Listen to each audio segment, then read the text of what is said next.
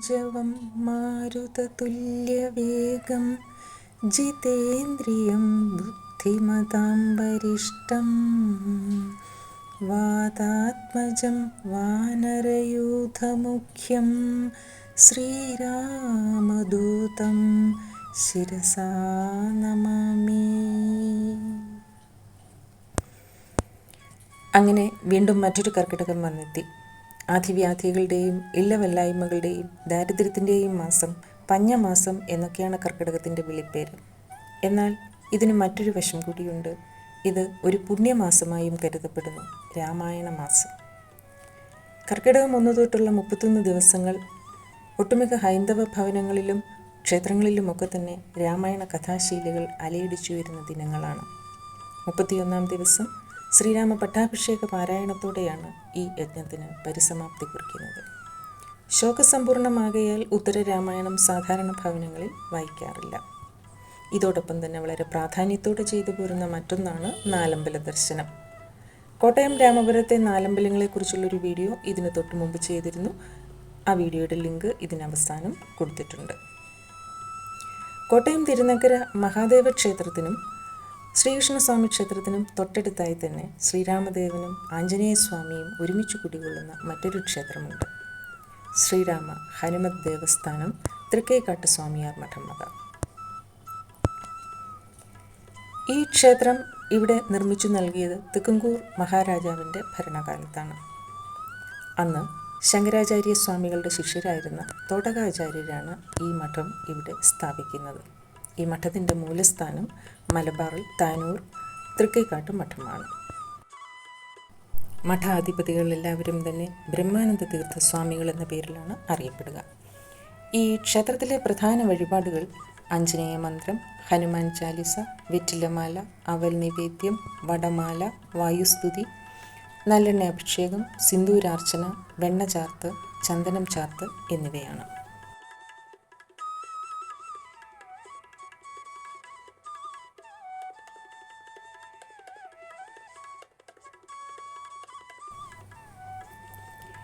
ഈ ക്ഷേത്രത്തെ മറ്റുള്ളവയിൽ നിന്നും വ്യത്യസ്തമാക്കുന്നത് ഇന്ന് ഇത് കോട്ടയം നഗരത്തിലെ ഒരു പ്രധാന സാംസ്കാരിക കേന്ദ്രം കൂടിയാണ് എന്നുള്ളതാണ്. നിത്യപൂജകൾക്കും പ്രാർത്ഥനകൾക്കുമൊക്കെ പുറമെ മനുഷ്യനന്മയെയും സാമൂഹ്യ പുരോഗതിയെയും ലക്ഷ്യമാക്കിയുള്ള ക്രിയാത്മകമായ ഒട്ടേറെ പ്രവർത്തനങ്ങളാണ് മഠം നടത്തിപ്പോരുന്നത്. എല്ലാറ്റിനും ചുക്കാൻ പിടിച്ച് ശ്രീ CP മധുസൂദൻ അവറുകളുടെ നേതൃത്വത്തിൽ ഒരു കമ്മിറ്റി കർമ്മോത്സുകരായി ഇവിടെ പ്രവർത്തിക്കുന്നുണ്ട്. എടുത്തു പറയേണ്ടുന്ന മറ്റൊന്നാണ് ഇവിടെ നടത്തിപ്പോരുന്ന ആധ്യാത്മിക ക്ലാസുകൾ. ബസേലിയസ് കോളേജ് സംസ്കൃത വിഭാഗം മേധാവിയായി വിരമിച്ച ശേഷം ശ്രീ വിശ്വനാഥൻ നമ്പൂതിരി അവർകളും അദ്ദേഹത്തിൻ്റെ സഹപ്രവർത്തകരും ചേർന്ന് സംസ്കൃത ഭാഷയെ സാധാരണക്കാരിലേക്ക് എത്തിക്കുന്നതിനായുള്ള പരിശ്രമങ്ങൾ അനസ്യൂതം തുടർന്നു പോരുന്നു. പ്രസരം സംസ്കൃത സമാജത്തിൻ്റെ ആഭിമുഖ്യത്തിൽ 5 വർഷത്തെ സംസ്കൃത കോഴ്സ്, ആർഷഭാരത സംസ്കാരം ഉൾക്കൊണ്ടുകൊണ്ട് ഒരു പുതുതലമുറ വളരേണ്ടുന്നതിൻ്റെ ആവശ്യകത ബോധ്യപ്പെടുത്തുന്ന വേദപഠന ക്ലാസുകൾ, ഗീതാ ക്ലാസുകൾ, ഒപ്പം പ്രായഭേദമന്യേ ആർക്കും പങ്കെടുത്ത് പഠിക്കാവുന്ന തരത്തിൽ ക്രമീകരിച്ചിരിക്കുന്ന ഓൺലൈൻ ഓഫ്ലൈൻ ക്ലാസുകളിലൂടെ പുരാണ ഇതിഹാസങ്ങളും വേദോപനിഷത്തുക്കളും സാധാരണക്കാരന് മനസ്സിലാകുന്ന രീതിയിൽ വ്യാഖ്യാനിച്ചു നൽകിക്കൊണ്ട് വിശ്വനാഥൻ നമ്പൂതിരി സാറും അദ്ദേഹത്തിൻ്റെ സഹപ്രവർത്തകരും ഈ മഠത്തിൽ എപ്പോഴുമുണ്ട്. കൂടാതെ എല്ലാ വർഷവും നടത്തിപ്പോരുന്ന നാരായണീയ യജ്ഞം എടുത്തു പറയേണ്ടുന്ന മറ്റൊന്നാണ്.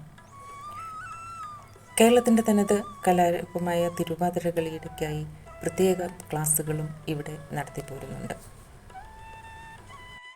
അങ്ങനെ തിരുനക്കര തേവരുടെ ആറാട്ടുകുളത്തിൻ്റെ സുഖശീതളിമയുള്ള അന്തരീക്ഷത്തിൽ സ്ഥിതി ചെയ്യുന്ന ഈ ക്ഷേത്രം ഇന്ന് ഭക്തി, ജ്ഞാന, കർമ്മമണ്ഡലങ്ങളിൽ കോട്ടയം നഗരത്തിലെ ഒരു പ്രൗഢമായ സാന്നിധ്യമാണ്.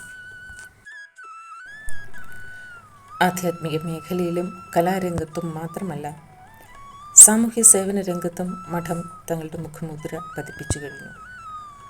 നിർധനരായ സഹജീവികൾക്കായി മാസം തോറും നടത്തിവരുന്ന അന്നദാന പദ്ധതി ഉൾപ്പെടെ ബൃഹത്തായ എത്രയോ പദ്ധതികളാണ് മഠം ആവിഷ്കരിച്ച് നടപ്പിലാക്കുന്നത്. അഭയം സർവഭൂതേഭ്യാം ദദാമ്യേ തത്പ്രദം മമ എന്നാണല്ലോ ഭഗവാൻ പറഞ്ഞിരിക്കുന്നത്.